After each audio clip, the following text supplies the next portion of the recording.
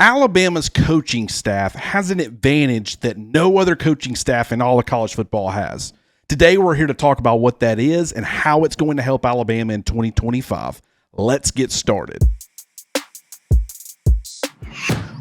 What is up, everybody? Clint Lamb with A to Z Sports and Cover Crimson.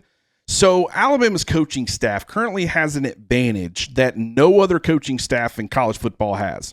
And that is the fact that you have multiple offensive and defensive coordinators who have all coached under Kalen DeBoer on this 2025 staff. So you'll look at other coaching staffs, and sometimes there's a long-time head coach who's had a long-time coordinator. That brings a lot of continuity. You talk about Kirby Smart and Nick Saban. You talk about the two coordinators under Dabo Swinney at Clemson. That happens. But to have two different offensive coordinators and two defensive coordinators who have both worked under Kalen DeBoer on the same coaching staff, I don't think that we've ever seen that in college football. Or if we have, it has been extremely rare. And let's kind of go through it because, you have Ryan Grubb, who's currently Alabama's offensive play caller, and he spent 4 years with Kalen DeBoer being his play caller both at Fresno State and at Washington. And obviously he was a position coach under DeBoer at other stops, and it kind of followed him around. It goes way beyond 4 years, but he was his offensive coordinator for 4 years at Fresno State and at Washington. But then you have a guy like Nick Sheridan, who not only was a play caller on the Power 4 level at Indiana in 2019, but you also have a guy who was Alabama's offensive coordinator this previous season who was essentially demoted. Like, there's no other way to put it. Obviously, he's very highly regarded in Alabama's program or coaching staff, but he was demoted. He was the offensive coordinator last year. Now he's working with the quarterbacks. But what that has done, if you think about it, is you've got the continuity factor with the quarterbacks who are currently on your roster. Guys like Ty Simpson and Austin Mack. Both of those guys were there last year. And Nick Sheridan was their offensive coordinator, and he was their quarterbacks coach. And so that relationship is able to continue. But then you've got Keelan Russell, the freshman, the five-star freshman who is now on this roster. Nick Sheridan was a massive part of his recruitment. That relationship was already being developed and established all throughout this past season. And so with him being on campus, yes, he hasn't been coached by Sheridan yet. This is all new to him, but that relationship was already there. So you've got that added benefit. But at the same time, you've also upgraded your play caller. And this is nothing against Nick Sheridan, but Ryan Grubb is one of the best offensive minds in college football. Nick Sheridan, while he did have previous coordinator experience, it wasn't a lot of experience, and I think that he kind of struggled last year. Obviously, there were other factors involved: quarterback, offensive line, the wide receivers didn't really fit the system. But at the same time, his inexperience, I think, at times really hurt Alabama. But now he gets to maintain being the quarterback's coach, and he gets a guy who can come in Ryan Grubb, who can really elevate this offense and take it to a different level. But it's not just the offensive side of the football. As rare as that is, Alabama's also getting it on the defensive side, which is what makes this entire thing crazy. So you've got Kane Womack, who, had been a coordinator under Kalen DeBoer or had worked with him at least. Obviously, their time in Indiana, Kalen DeBoer was the offensive coordinator and Kane Womack was the defensive coordinator. But you've also got a guy by the name of Chuck Morrell, who was Washington's defensive coordinator during the 2022 and 2023 seasons under DeBoer.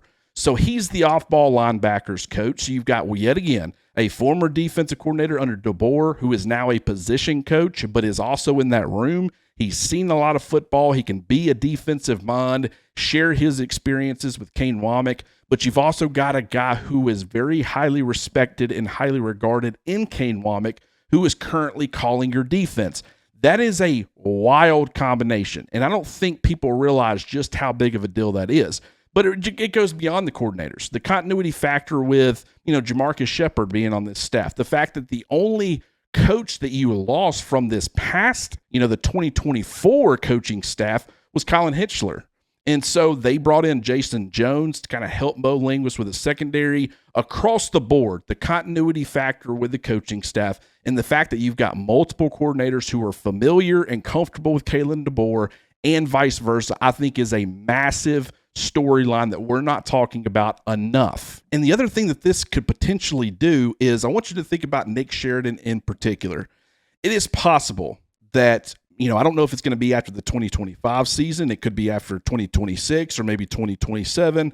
But more than likely, at some point, Ryan Grubb is going to choose to leave to become a head coach. If they have the kind of success that we think they're going to, he's going to get future opportunities that he might entertain and end up leaving.